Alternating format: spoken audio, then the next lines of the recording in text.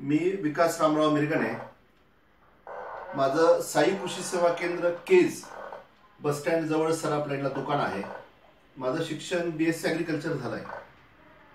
माझं परभणी कृषी विद्यापीठामध्ये 1995ला मी पासआउट झालो. त्यानंतर 2 वर्ष मी मराठवाडा कृषी विद्यापीठामध्ये वॉटर मॅनेजमेंट या स्कीममध्ये ICRची एक स्कीम होती, त्या स्कीममध्ये मी नोकरी केली. आणि नोकरी करत असताना माझ्या असं लक्षात आलं की आपण स्वतः आपल्या गावामध्ये जाऊन कृषी व्यवसाय सुरू केला पाहिजे.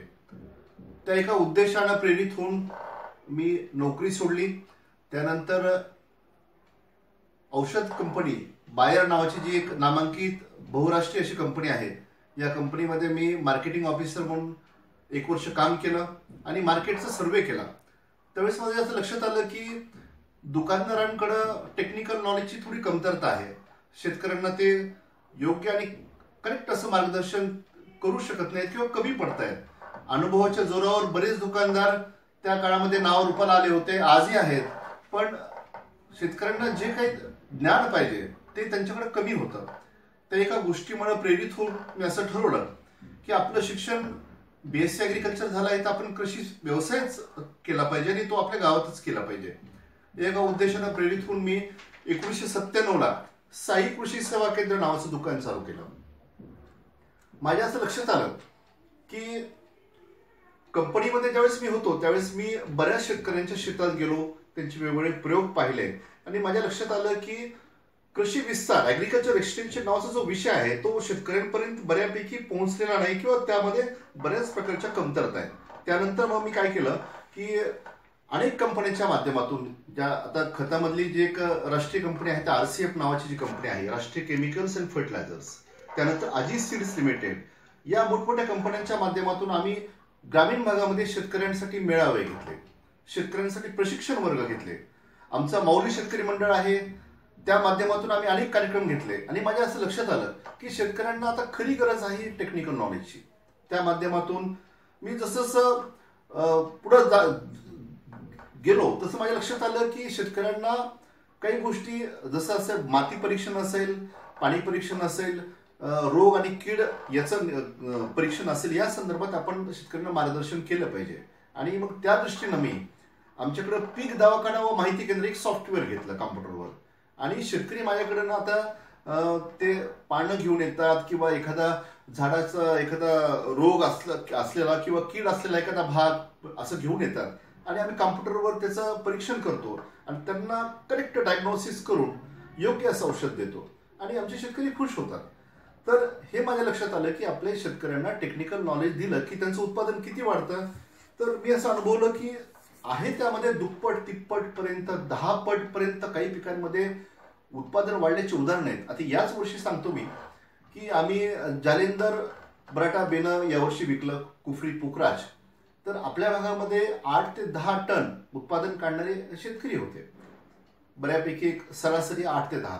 तर यावर्षी आपल्याकडे 16 ते 18 टनापर्यंत उत्पादन काढणारे अनेक शेतकरी त्यातून तयार झाले. आणि एक लक्षात घ्या, बराटा हे तसं फार मोठं दुर्लक्षित पीक आहे. जगामधलं सगळ्यात नंबर 2चं पीक आहे जे जास्त प्रमाणामध्ये याचं म्हणजे खाद्यामध्ये वापरल्या जातं, इतकं मोठं पीक आहे. एवढी मोठी संधी आहे आणि निव्वळ 20-25 हजार रुपये एकरी खर्च आहे. पण एवढ्या खर्चातून सुद्धा शेतकऱ्यांना बऱ्यापैकी एक 85 दिवसामध्ये 1,00,000-1.5 लाख रुपये झाल्याची उदाहरणं या वर्षी आम्ही बघितली. आता याच वेळेस आमच्या असं अनेक लक्षात आलं की स्वामी विवेकानंद जसं म्हणले की मैं उस प्रभु का सेवक हूं जिसे अज्ञानी लोक मनुष्य कहते हैं. त्यावेळेस माझ्या असं लक्षात आलं की व्यवसायातून 2 पैसे तर आपल्याला मिळणार आहेतच आणि ते मिळतही असतात, पण त्या दृष्टीनं काही निष्काम सेवा, जसं स्वामी विवेकानंदांनी सांगितलं, माझे गुरुवर्य खंदारे गुरुजी यांनी जे सांगितलं, तर आम्ही असं ठरवलं आहे की आता नजीकच्या काळामध्ये की शेतकऱ्यांसाठी माती आणि पाणी परीक्षण हे मोफत ठेवणार आहेत आम्ही. त्याच्यामध्ये पिकावर पडणारे रोग आणि कीड याचं निदान करणार आहेत आम्ही. आणि हे सगळं आम्ही करणार आहेत ना, हे एकतर फार कमी एकदम माफक अशा त्याचे चार्जेस असतील किंवा काही गरजू शेतकऱ्यांना जे खरंच गरीब आहेत अशा शेतकऱ्यांना आम्ही हे मोफत सुद्धा अशी सुविधा देणार आहे. आणि आता रामदासजी आहेत इथं, धनुभाऊ आहेत, परत नाईकवाडे आहेत, हे सगळे आमचे जे मित्र आहेत, आम्ही पत्रकार हे, तर यांच्या माध्यमातून आम्ही ऑडिओ व्हिज्युअल भविष्यामध्ये असे काही चांगले कार्यक्रम शेतकऱ्यांसाठी देऊ की शेतकऱ्यांचं उत्पादन आहे त्या परिस्थितीमध्ये, म्हणजे आहे त्या खर्चामध्ये नक्की सवयीनं दीडीनं कसं वाढेल यासाठी आम्ही नक्कीच भविष्यामध्ये प्रयत्न करणार आहेत.